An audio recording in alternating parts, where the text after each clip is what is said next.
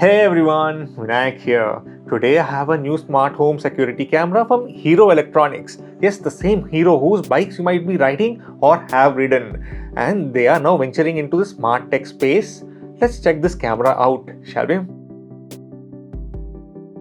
I have here the Cubo Smart Home Security Camera by Hero Electronics. I've seen a few products by Hero on Amazon and this camera caught my eye. It has Alexa integration. I'll show you how that works in a bit. We have the Hero Electronics branding on the top. Features wise, we have 24/7 1080p Full HD recording, two-way communication, night vision, person detection, and more. These products are designed in New Delhi and are manufactured in Andhra Pradesh. So this is a made in India product as indicated by the logo at the bottom. They claim that their cloud servers for recording and accounts are in India, so no data is sent abroad. Hope that's true.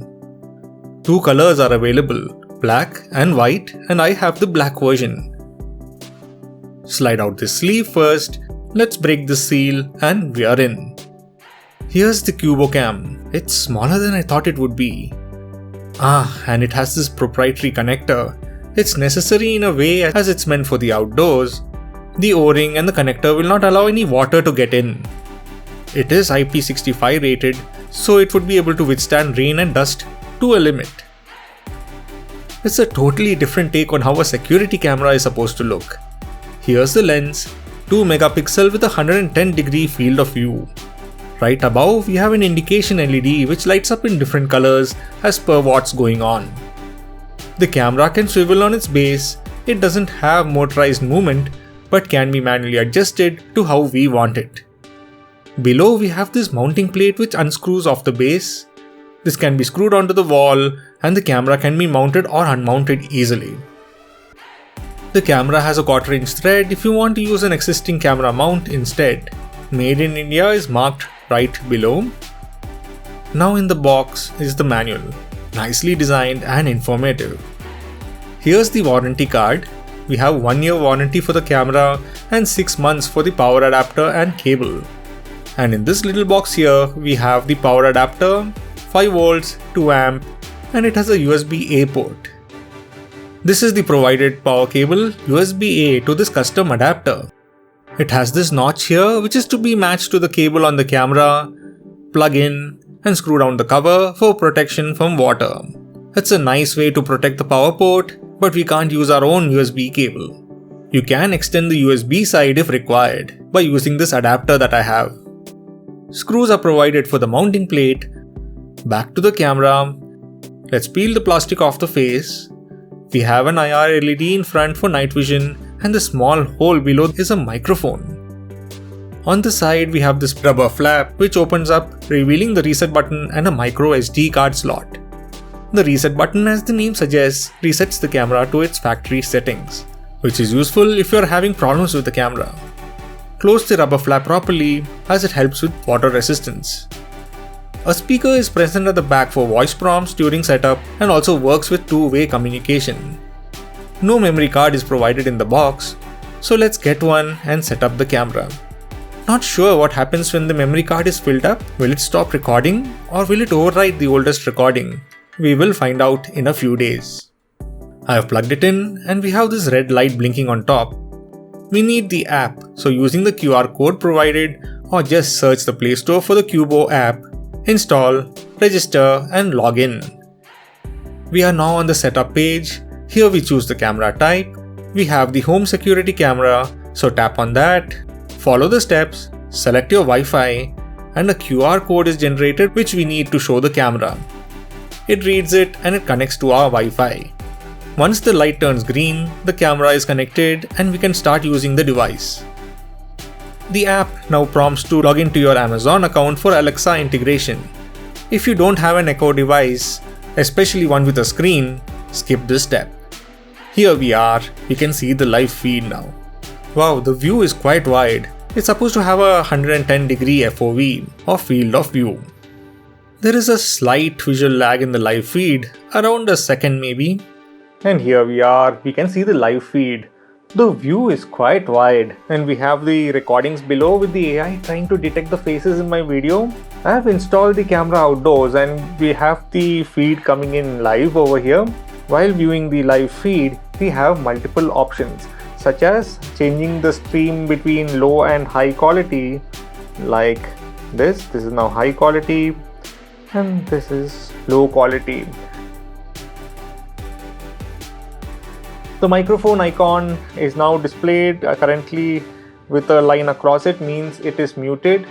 Tap it to unmute and you can speak to whoever is close by. This is how the two-way communication sounds. I was surprised by how clear it sounds. If you tap on the speaker icon, you can hear what's going on at that location. So the camera would record using the microphone and play back on your phone over here. The next option is the camera icon. If you click on it, it'll take a quick snapshot. And this bell icon over here, this is to play an alarm. If you want to scare away anyone who has walked in uninvited, and wow, that's loud and will scare anyone nearby. Next to that is the full screen toggle. So you can toggle between windowed mode and full screen mode. This bar here allows you to scrub toward date and time to watch a recording. Recordings can also be viewed by clicking on the thumbnails below. Now for the settings. So we have the first option, that is to activate or deactivate the camera.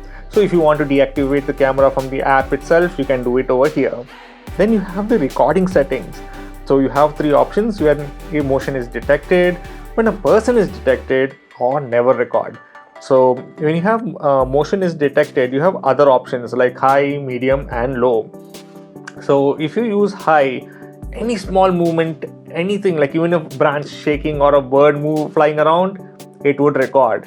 And medium is a good balance between low and high, where it would not simply record for anybody moving on screen. There should be a significant enough movement for the recording. And low, somebody has to be really close to the camera and move around if it has to be recorded. So that would be the low setting. Then the recording indication.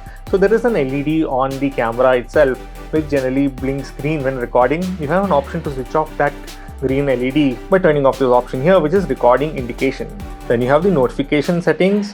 When you want to be notified, like suppose there's a motion detected, you want to be notified, it can do that. And then you have the person is detected and don't send any notifications option also. And security zone. This is a nice one here where you can draw security zones, select an area, so you can add one here and say, okay, this area, if anybody walks in, make sure to record. So this could be something, your main door or somewhere where you want to make sure that you record when somebody comes nearby. This option is a good one. So call alert. So in case a person is detected, it will generally make a call to your phone, but this one needs a subscription, which I do not have right now. Then baby crying detection. This option is good for an indoor camera. This camera can be installed indoors or outdoors. So for that, you can use this option. So if suppose you're working a distance away from your baby, if your child cries, at least the camera would notify you saying that your baby is crying. Then rotate image. Suppose you install the camera upside down, then you can use the rotate image option to invert the feed that is coming from the camera so that it looks right on your phone. Then you have the works with Alexa option, which once you are connected to Alexa, you can view the feed directly on your Echo Show if you have one with a screen. So the Echo Show, I have an Echo Show 5 which has a screen. So whenever you ask it to show the feed from the camera, it directly plays back on screen there. Alexa, show me home security camera. Okay.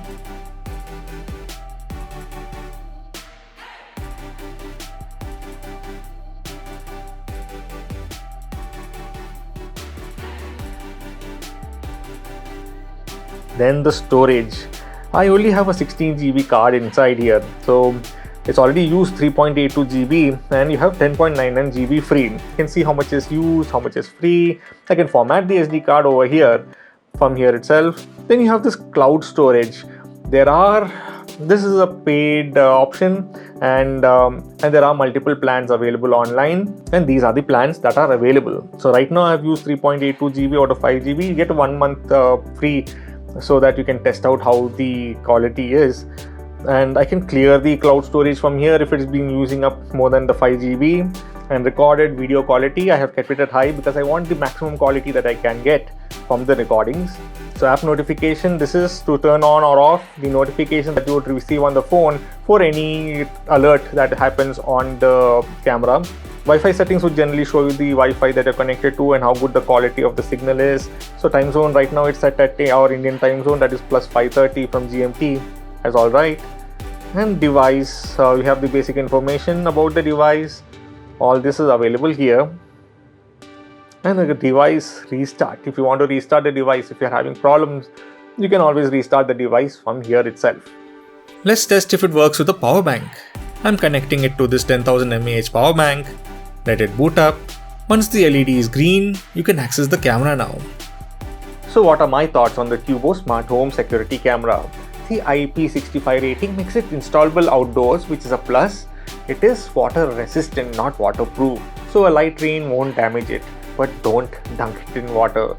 I was using a PTZ camera outdoors earlier, which can rotate around, effectively giving you a wider view, but that was not waterproof, so replacing it with the Cubo.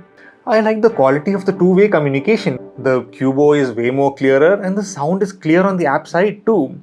I was surprised on how small the camera is, so it would not be very noticeable when installed outside. Image quality is also quite good, and the wide angle image is a bit stretched in the app, but the recording does playback unstretched. And the details are clear in high mode as the video is recorded in 1080p. The app most of the time connects to the camera fast, and we get a live feed almost instantaneously.